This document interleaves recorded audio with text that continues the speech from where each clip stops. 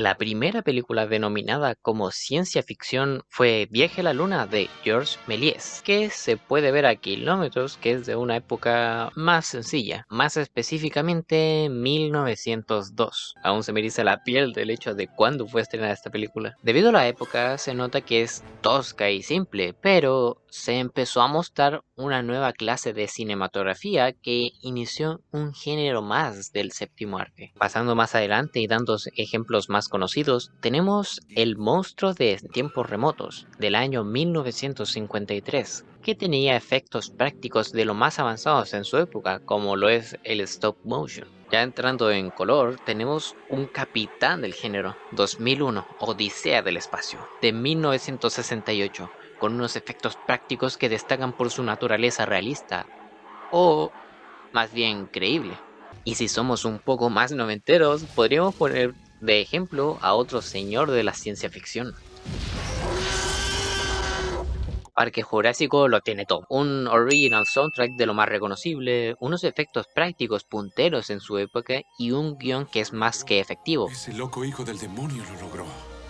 Y aunque Spielberg tenía un piso más que sólido con la novela de Crichton, para mí logró un film que se merece todos los galardones que tiene. Pero ¿qué pasa si estas películas las comparamos con films contemporáneos de menor presupuesto, pero de una era más moderna que tienen más accesibilidad a efectos digitales como el CGI? No se ve tan bien, ¿cierto?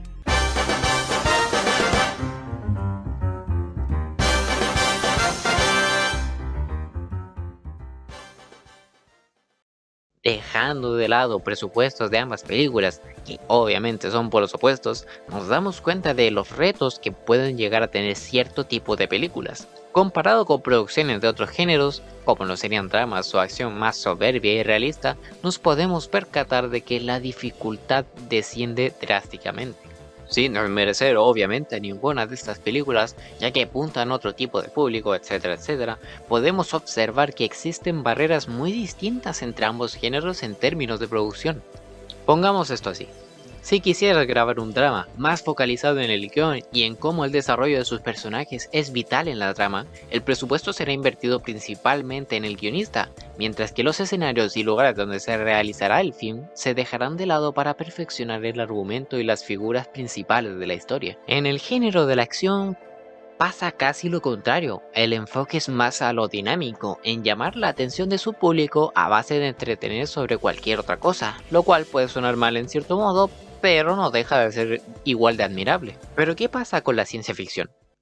A veces se centra más en el guión, en otras se vale más del espectáculo, pero independientemente de lo uno o de lo otro, nos topamos con una montaña de dificultades a la hora de llevar lo que es ciencia dentro de esta ficción.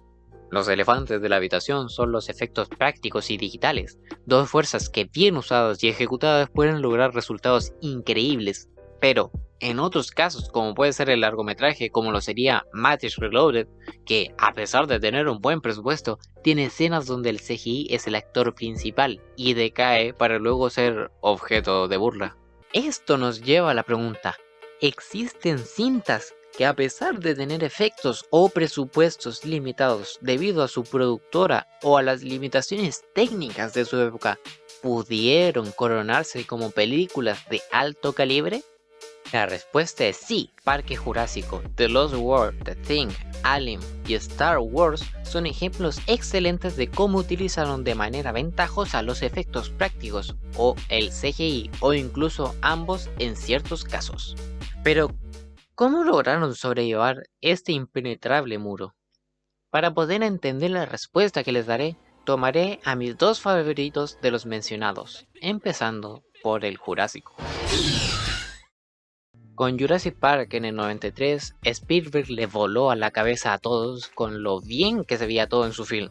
Los personajes, carismáticos y realistas, resultaban empáticos, las localizaciones, la maquinaria implementada y las actuaciones eran verosímiles, pero por sobre todas las cosas, qué bien se veían los dinosaurios. De verdad, en lo que respecta a animatrónicos, los raptores y la T-Rex se ven espectaculares hasta el día de hoy. Pero ¿saben qué es lo más interesante? Spielberg sabía muy bien que, aunque tuviese los mejores efectos CGI de la época, no iba a dar la talla si abusaba de ellos. Así que la mayoría de las escenas donde se usa el CGI no es más que en unos escasos segundos, y en las escenas donde más se demuestra esto, obviamente, es en la de la T-Rex cuando escapa de su cerca. Lo hace de noche, aprovechando el entorno para difuminar de alguna manera el animal digital. En el caso de Alien, podemos tomar lo realista que luce el entorno en donde se desarrolla la trama. Genuinamente, pocas películas logran que una nave espacial se vea tan creíble desde el interior. Y el xenomorfo, el villano de la película, se oculta en las sombras aprovechando varios factores. Da la sensación de que realmente es un depredador, alguien que utiliza la oscuridad a su favor para acabar con la tripulación, y le da a la gente solo un pequeño vistazo a la criatura para que el cerebro del público maquine el resto del terror. Esto es utilizar las desventajas a su favor, aprovechar las debilidades y convertirlas en habilidades. Por eso, estas películas son tan recordadas, porque a pesar de las dificultades, lograron que se tomaran en serio y demostrarle a la gente de lo que eran capaces. Aquí Jolter, último superviviente de la Nostromo. Nos vemos en el siguiente video.